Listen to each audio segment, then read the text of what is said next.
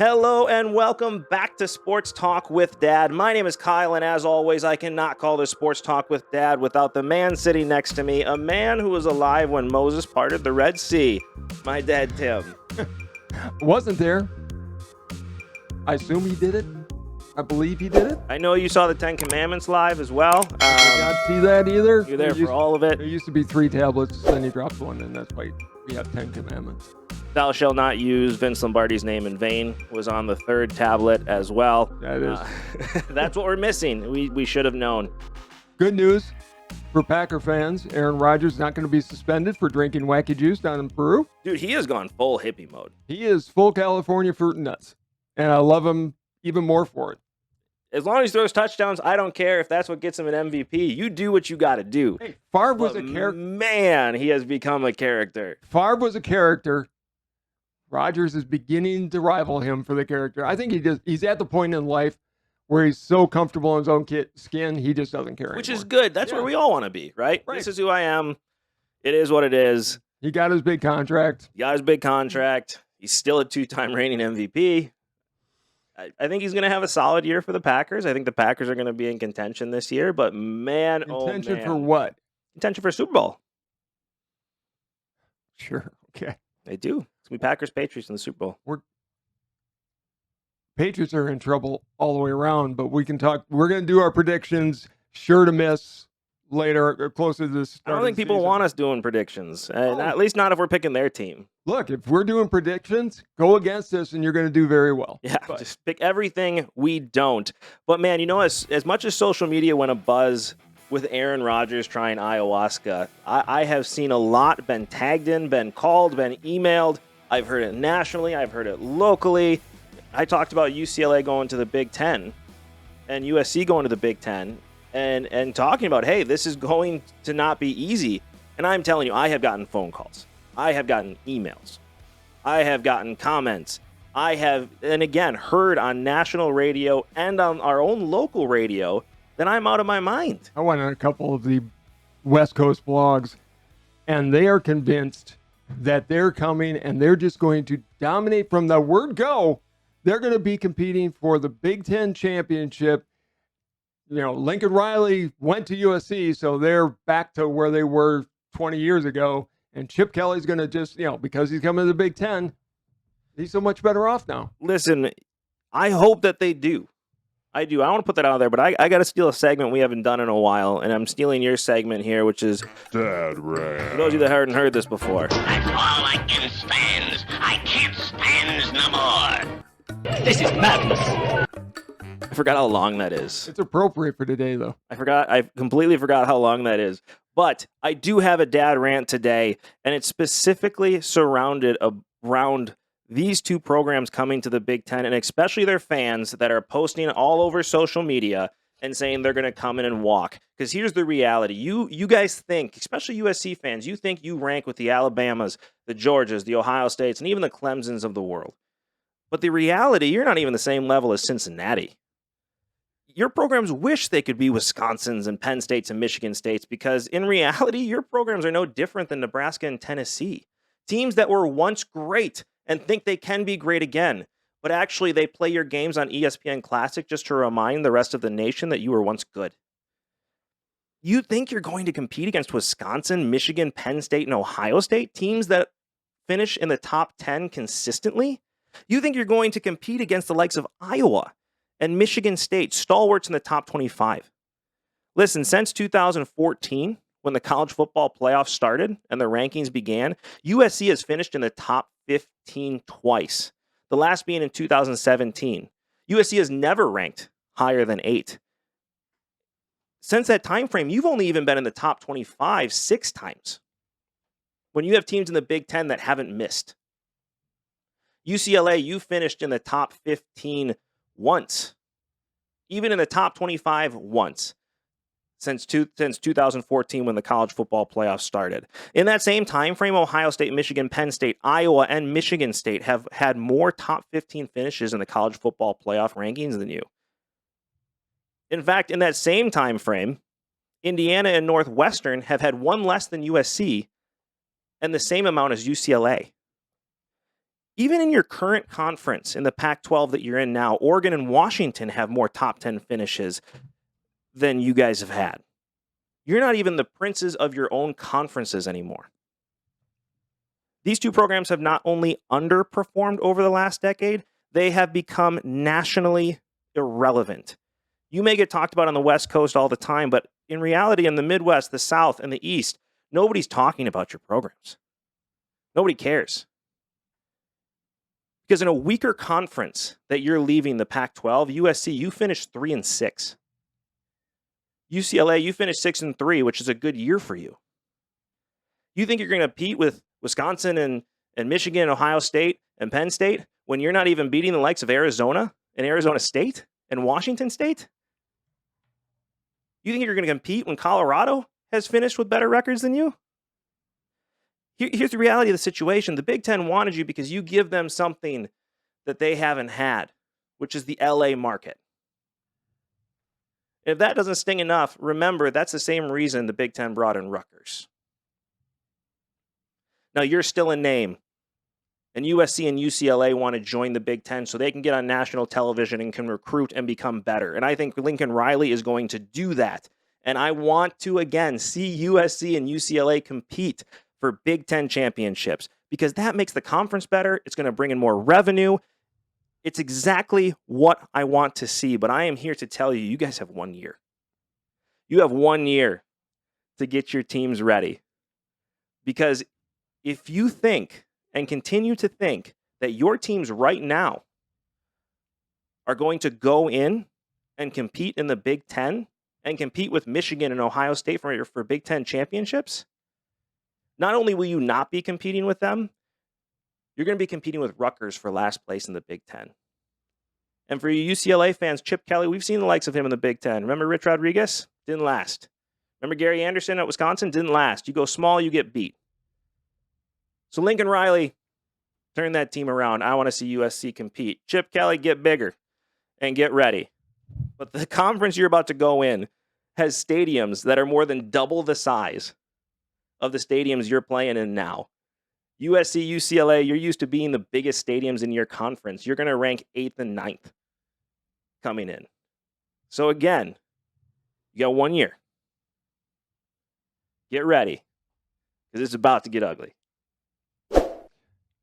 So one thing I would also like to add to that is UCLA, they fill probably a third of their stadium right now. Right. They're going to sell out, but it's going to be with Michigan State, Wisconsin, Iowa fans that are going out there. Exactly. I mean, if USC thinks that or UCLA, it thinks that people aren't going to travel. Midwest fans travel. Big Ten fans travel. They have. We want to get the heck out of here at times. Right. You're telling me we get a chance to go to LA in February?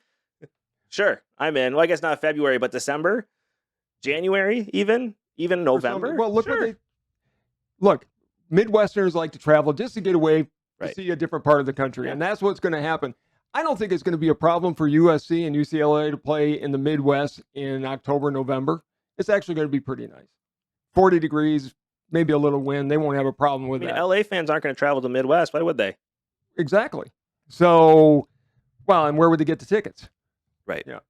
Here's my question. I think will happen right now. The Big Ten championship game has been at Indianapolis since the inception of the Big Ten championship. Correct. Do they start to move that and take it out to LA? They might. I think they have to. Where are they going to play it? You're not going to play it in the Coliseum. You're not going to play it at the Rose Bowl. No, you play it at SoFi. Less central, though. The reason Indianapolis was chosen is because it's central. But the Big Ten right now has a national footprint from the east to New York and with Rutgers to now LA with UCLA and USC. It's true. I don't want to see them play it in the middle in Lincoln, Nebraska. No. But I wouldn't let I actually have always wondered why, it's Indianapolis is a dome. Correct. But Minnesota's got a dome. Correct. Michigan's got a dome, or Detroit's got a dome. Correct. Let it rotate. I don't see any reason why it's always got to be in Indianapolis. Money. Well, then go out to SoFi. Money. And then take Another her to big SoFi. news, by the way, in the Big Ten is they just announced ESPN and ABC are no longer in the running for the ESPN or for the Big Ten contract. And that means to me, Notre Dame. It's got to mean Notre Dame's coming to town. Because obviously the Big Ten would have to, at that point, share with NBC. NBC still hosts the games. You got to assume that's going to continue. They've got their own network right now. But it's the money they get, they always were, we make as much money as all these other leagues. The money they make now is going to be dwarfed by what the Big Ten can offer them. Correct. You bring Notre Dame in, and we're talking $150 million per school per year. At least. So it makes. But ESPN being out of it and ABC being out of it has to mean, okay, NBC and Fox are on the table. Fox owns 61% of the Big Ten network, right? Right. So, I mean, it makes sense. Fox is always going to be a part of this. FS1, yeah. But you have to assume now that NBC is in talks with the Big Ten, which points to Notre Dame moving over to the Big Ten Conference. I've never thought they were a good fit in the SEC. I've never thought they were a good fit for the ACC because I think the ACC is going to be like two galaxies colliding. It's going to be chopped up. Oh, nobody questions Notre Dame fits the Big Ten extremely well. And honestly, and we've talked about this, if Notre Dame comes, you're going to have to bring one other school. Correct. You kind of nailed it with Stanford. Stanford will be the school. It'll be Notre Dame and Stanford.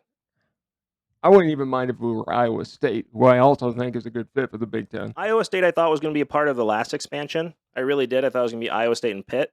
Because it gives Iowa a natural rivalry, and it gives Penn State a rival in Pennsylvania.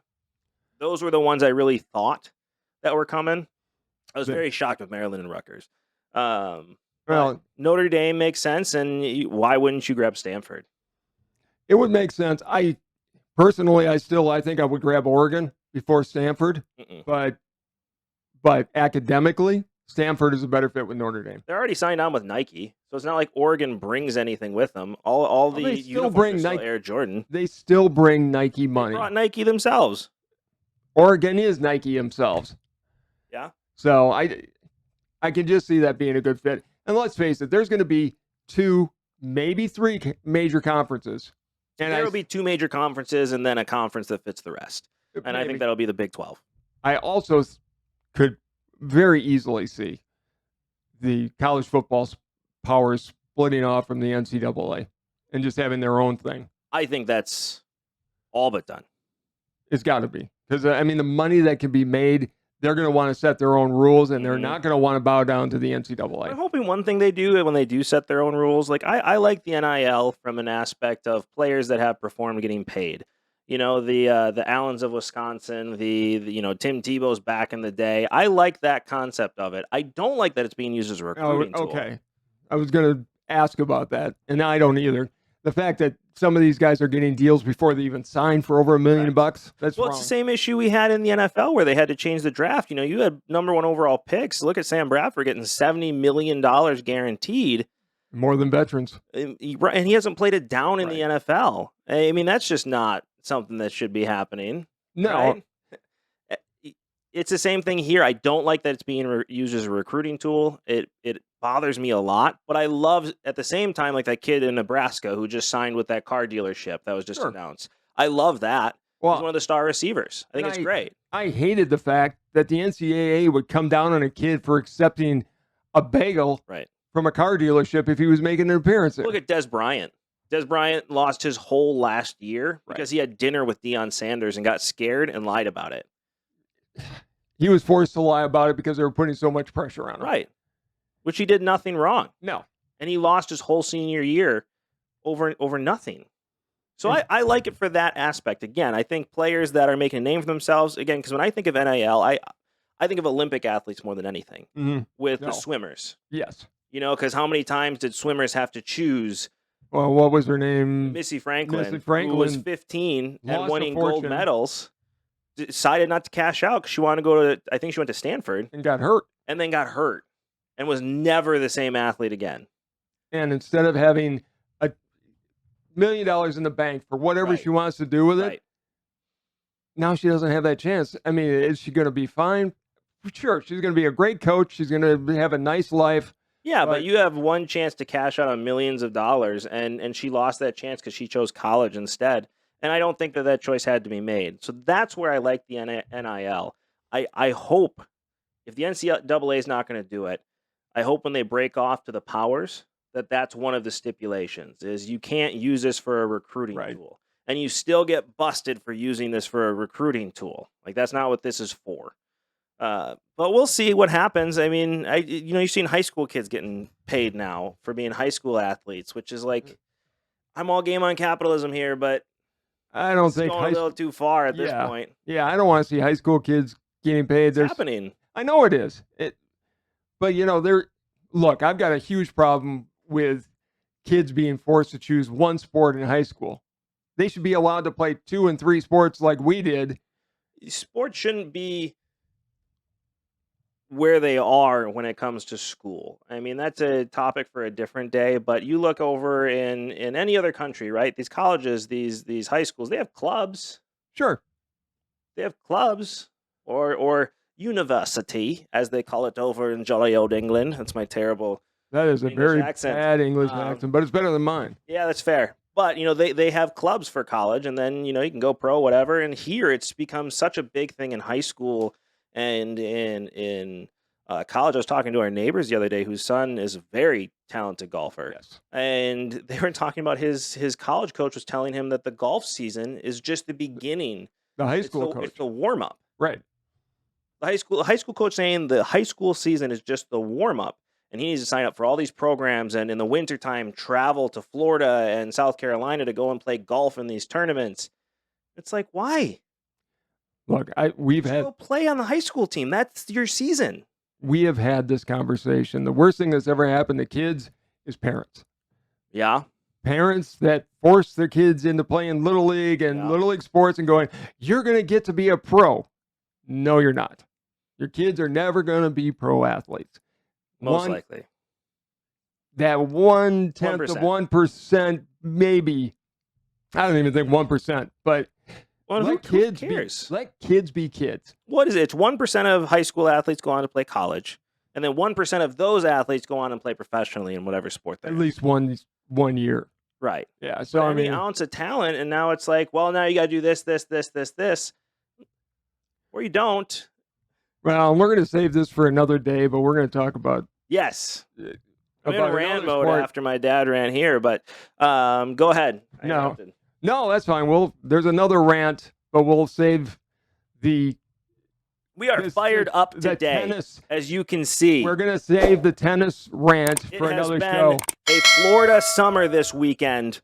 It has been 100 degrees, pure humidity in the state of Wisconsin, but it has made me angry. It's 75 today and no humidity. It's beautiful today, which is a great thing about I was trying to come up with an excuse for being crabby. Listen, I'm not crabby. I'm great. Crabby. And we did hear an announcement today that Serena Williams, this is their last U.S. Open. Yeah, that's sad. I love Serena Williams. She's I hate the screaming.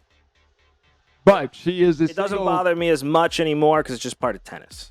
Single greatest woman to ever lift a racket. It's not even a conversation. No, I hope she wins one more so she can hold the record. I'd like her to as well because I love watching her play. Right. It's a Tiger Woods thing though, really, with her. She decided she took a year off to go and have a kid and have a family. And now she wants to have another one. Which is awesome. And that's what cost her winning that other tournament. She had no other competition. It always was in my mind Martina Navratilova that changed the game and the way it was played. Yeah. Serena took what Martina built. Correct. And took it. And that's what you want. And I'm sure Serena wants the next person to come in and take it to that next level. I don't know if tennis is ever going to get to that level. We're going to have a conversation on another show because I think tennis is one of those sports that is right now teetering on the brink of even being existing. It'll be around, but it won't be relevant. It's already not relevant. Already not relevant. And it's being watching it. And it's being ruined because power has overtaken skill.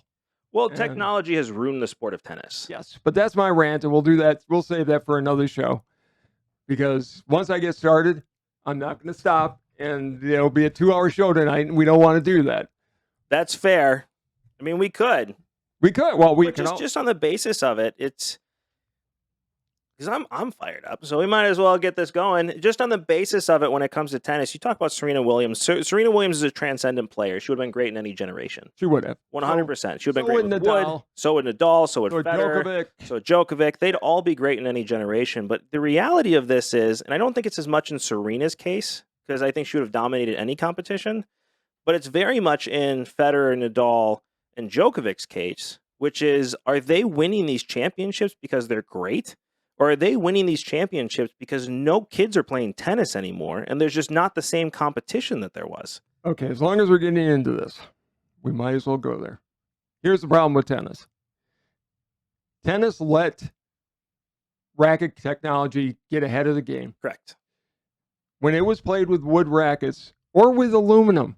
When it first came out. There was a Roscoe Tanner, who was a player that I watched when I was a kid. Great name.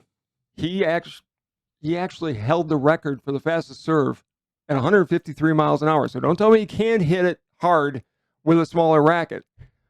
But you had to think beyond that. You had to, some players could play from the baseline. Other players were at the net. If you watch the match between Vitas Gerulaitis and John McEnroe, it was a race to the net on every single point. It was serve and volley. You watch Wimbledon. Back in the day, the baseline was chewed up. Correct. The service line was chewed up. Yes. The net was chewed up. You watch it now, the baseline's chewed up, and the rest looks like it's never been touched. And it hasn't been because nobody can go to the net because the ball comes back just way too fast. I was going to say you could. Yeah, but you're going... but why stand in front of a bullet? Exactly. The game has been ruined, and unfortunately, the skill has been ruined. Correct. These players are not as skillful as players like Borg and McEnroe because you just had to be more precise with your shots because you're playing with a smaller headed racket. Yep. Tennis has got a real decision to make. If they want to get fans back, I mean, right now, pickleball, for God's sake, is more popular than tennis. Correct. I've never played pickleball. No interest. Because, it's basically playing tennis from the service line. But at least you're Maybe. volleying. That's the court. It is. It is. They've got professional You don't pickleball. move. You don't move. Well, you do. You don't. I've watched professional pickleball. You react. You react, as people did at the net. Tennis, however, when you're playing with a smaller racket, you've got to be more precise. You can still put topspin on it, but it gives the other player the option. If you're playing from the baseline, the other person can go to the net and take away your shots. But you can't drill a ball come at him at 400 miles an hour and take out a kidney if he dares go to the net. Listen, when it comes to pickleball here, I was flipping through channels when my wife was in the room, and pickleball was on. Professional pickleball, for God's sake. And I flipped through it, and she's like, "You just turned off sports?" I was like, "I didn't turn off anything." Like, that's... I'll watch even what cornhole, Bago we called it, but I think it's officially cornhole now. I'll watch that on ESPN. The Logger Championships, I'll watch those. I won't watch pickleball. It's terrible. It's awful. You've got a wood racket, Why would you watch that? racquetball racket, and you're using a wiffle ball. I want to try it. I have to try it. I'm sure it's fun to play for old people that can't move like you. But there's no exercise. Look, you can't play tennis anymore. I get it. You want to get back on a court. Wow, that's not even what I was going to say, but fine. Ouch. Anyways. It's true. Old man. Tennis needs to drastically... Now, they could change the size of the ball to slow things down. They could change the size of the court. That's never going to happen. Nope. Their only thing they have to do is they need to roll back the rackets back. Correct. 90 square inches and do what you want for players like you and I, recreational players. Different ballgame. For the pros, 90 square inches, no bigger, and it's got to be made out of wood, steel, aluminum. You can use graphite, but it's got to be the right dimensions. Well, it's got to be. They've got to have it so it's not the type of graphite they use today, where it's wide and you can just go off on it. Well, I mean, the problem is you can't change a court on tennis. Those are the lines. Can't raise the nets. Can't change the ball. You could raise the net, but why would you? Right. Like, you really can't do anything. It's just you have to roll back technology at this point. It's not like golf, right, where these guys are now hitting at 400 yards. Okay, we'll bring the tee boxes back, lengthen the course, make the fairway smaller. Well, and Jack Nicklaus and Tiger Woods have both called for in the pro game to roll back the ball as well, which I think would make sense. Yeah, but I mean, it'd be like, kids play with aluminum bats, right? Yeah, let's do Softball, that. we play with aluminum bats. It's like if we gave aluminum bats to pros. Could you imagine? Said, here you go. Could you imagine? People would die. Aaron Judge. Eric Judge. Thank you. I just wanted to think. I was going to say Georgia. It's like no, Aaron Judge. Could you imagine him with an aluminum bat? He'd hit 500 home runs in a season. He or would kill take somebody. a life. Or kill a pitcher. Probably both. Right. I mean, there's a reason professionals don't have that technology. Baseball saw that, and they actually did something intelligent, which is rare. And they said, no, we're not moving forward technology. This is how we play the game. Tennis needed to do the same thing. But rather than doing that, they said, nope, bring this in. This is what everybody can play with now. It's a money grab, and it's hurt the sport because you said this, and I'm going to steal it from you here, which is what's great about watching any other sport? What's great about watching basketball? I can hit that shot. I might only hit it once, and it might be lucky, but I can hit that shot and feel awesome, right? I can learn how to dunk, right, and feel great. I can't. Other people can. When it comes to football, I can make a one-handed catch in the backyard that I'm seeing the pros do, right? Baseball, I can go out and pitch and get a hit like the pros do and feel like a professional athlete. Tennis, you can make it drop volley. I can't hit the ball that hard and get it to drop consistently the way that they do. Where when you were growing up watching tennis 1,000 years ago, they had fine 80s, whatever, but they had 70s. Wood rackets, right? Where you could go in and hit those shots and you could feel like a pro. You could get up to the net. You could hit the serve as fast as the pros were in some cases. I could hit. They clocked, and I could hit a serve about 100 miles an hour, and that was fast. Not pro fast, but it was fast. Right. But it allowed you to get into the service line, make your second volley or your first volley, and then get to the net. It was all strategy. Well, I'll say one thing too that's hurt tennis when it comes to technology is it's gotten to the point now where if you're not playing with somebody who's just as good or just as bad as you, really at the same level, it's an unplayable sport. If I'm playing against somebody who's brand new, I have to dumb down my game completely to even enjoy it. And I've played against people who are way better than me, and they have to dumb down their game or I'm not hitting the ball back. Honestly, that's always been the problem with tennis. It's not a game that lends itself to different players of different levels playing. The issue is the levels have become so great. Where before, they measure tennis rankings in .5s, right? So a 2.5 versus a 3, well, maybe that guy can hit a serve a little bit faster than me. I can learn how to return, but the rest is the same. Now the difference between a 2.5 and a 3 is about a 20-mile-per-hour forehand. The game is unplayable at a lot of levels for those very reasons. And when it gets to be the pro level, you look at Andy Roddick. All he could do was serve and hit a huge forehand. Correct. Granted, he did it better than almost anybody in the world, and he was a great pro. That was the start of technology ruining the game. It got, at that point, the game changed. Roger Federer could play with a spoon. Right. Would have done just fine. I would have loved to have seen a match between McEnroe and Federer or Connors and Federer. Yep. Would have been great. So let's get the game back to being one. I mean, it's gone anyway, so why not just take it and bring it back to the people and roll it back and start telling people. And Djokovic did this. He actually went and played with a wood racket for a month. You got to be a better player. Just try it. Right. For 1 year, say, look, we're going back. You've got to play with these smaller rackets and see if the interest in tennis comes back. I bet you would. Guarantee you would. I do too. I'm right there with you. Another thing to look at too is look at Rafa Nadal, right? If you're playing in that same time frame back in the 80s, does he last as long? And I think the answer is no. I think he would have won as many dirt tournaments as he has, but especially you talk about Wimbledon where you have to run up to the net. Rafa Nadal's had bad knees from the word go. And I just don't. That's what always cost him Wimbledon in the beginning was, he couldn't move the way he could because on clay you can slide. Right. And on grass you slip. Which isn't as nice to your knees. No. And, if he had to run up to the net consistently all the time, I just don't think he lasts as long as a player. Where now he gets to kind of hide on the baseline. And I'll give you one more thing.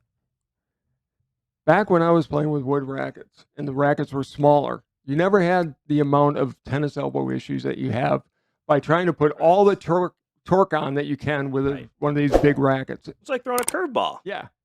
over and over again, and your elbows just can't take it. So for the health of tennis players, let's roll it back and start playing with wood, steel, and some of the early graphite rackets. Great exercise. It's fun to play. Well, and look at the tennis highlights too, right? You never get a highlight winner, right, where somebody hits it as hard as they can. And it's normally when you're seeing a highlight for tennis, it's one of these guys running up and hitting an amazing shot, a drop shot, or hitting in between the legs. It's not watching people just pound it back and forth. You've turned your sport into ping pong.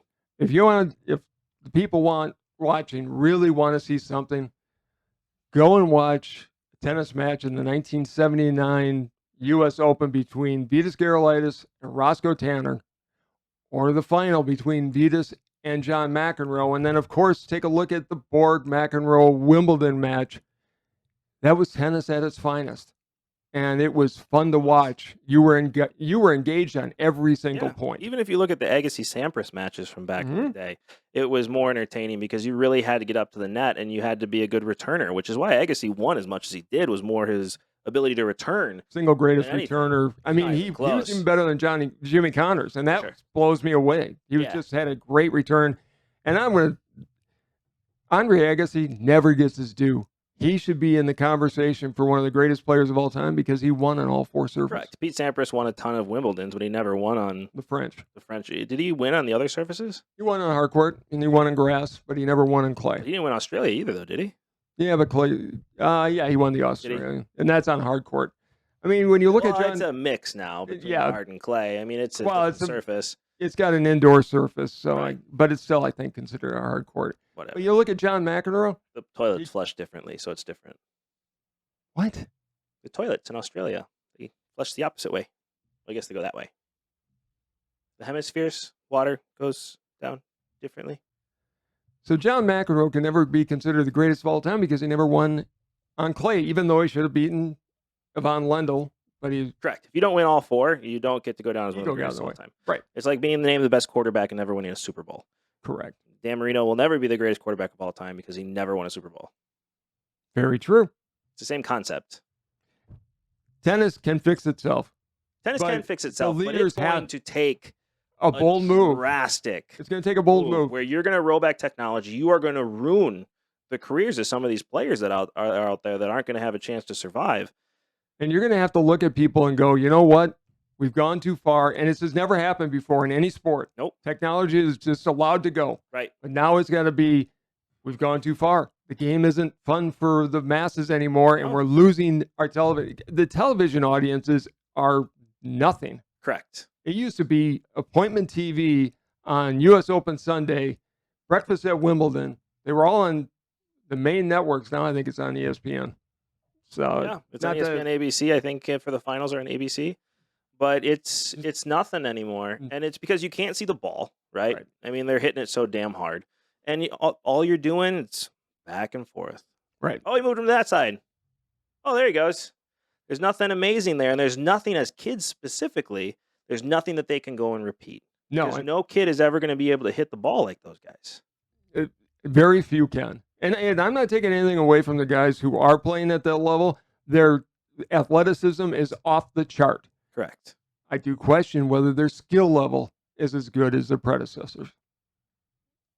Probably not. I just don't think it was. Point because they've never had to play that way. They've never had to learn. It's not their fault, but they've never had to learn how to play a serve and volley game, and so they'll never be able to compete. Well, and all they've had to do is just hit the ball hard. Correct. So, correct. So I guess we did get into it today. I didn't think we were going to, but we did. I told you I was fired up, man. I was ready for it. I was ready, but again, tennis you can't change the court, and that's where golf is different. Because I've heard people compare golf because golf you can make the fairways less, make the roughs taller, sure, make the greens faster. You can change the course so the course can compete against the technology. In tennis, that's it. Yeah, and with what they can do now, I can't watch it anymore. I just can't. I don't turn it on anymore, and it's sad. It's sad because I love that sport. I do too. You never let me beat you. No, you never beat me. I was going to. And then You never would have beat me you either. got hurt and now can't play. Yeah, there is that. I was close once when I was a kid. Yeah, but close doesn't count now, does it? Close. But did you get there? No. No, I didn't. And you guys could hit it hard, but I could counteract it Correct. because our speeds were not to the point. Well, your brother's was, but for the most part, was not to the point. Ryan's was, but he didn't have the He had a control. huge forehand. He didn't have a backhand. Yeah, you just had to hit it to his backhand. Yeah. That was it. It was done. But we've talked about a lot today. We've talked Big Ten, USC, so get prepared. You got 1 year. 1 year. Serena, greatest female tennis player of all time. Thank you for all of the memories. Yes, definitely thank you for all the memories, and I hope you win the U.S. Open. I'll be cheering for you all the way. Tennis, roll back the rackets. Make it watchable again, and that's the easiest way to fix it, is just to turn it into what it was when people cared. If you were around for the tennis boom of the 70s, you would want that to come back, Correct. and it can't. Get I the wasn't. personalities back. Yeah, get the athletes back. Mm-hmm. Get them wanting to play again. I think we've had a great show. I think it's time to call it a day. Any last words before we head out? Goodbye, Olivia Newton-John. I will be playing your albums tonight. Just do it at your own house. Thank you so much for watching Sports Talk with Dad. We'll see you guys next time. Bye, everybody.